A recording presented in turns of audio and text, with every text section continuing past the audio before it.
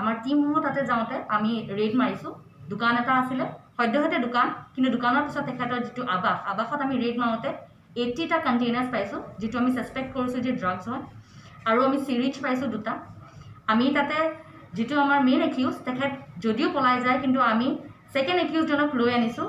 তেওঁৰ নাম হ'ল ইজাজুল আলী। আৰু আমি তেখেতক লৈ আনোতে তেখেতৰ ফেমিলি মেম্বাৰ্ছ, যিসকল মহিলা আছিলে, মা আৰু ভনীয়ে, তেখেতে আমাৰ লগত এটা ল এণ্ড অৰ্ডাৰ চিটুৱেশ্যন ক্ৰিয়েট কৰে, আমাৰ মানুহক মাৰিব বিচাৰে। আৰু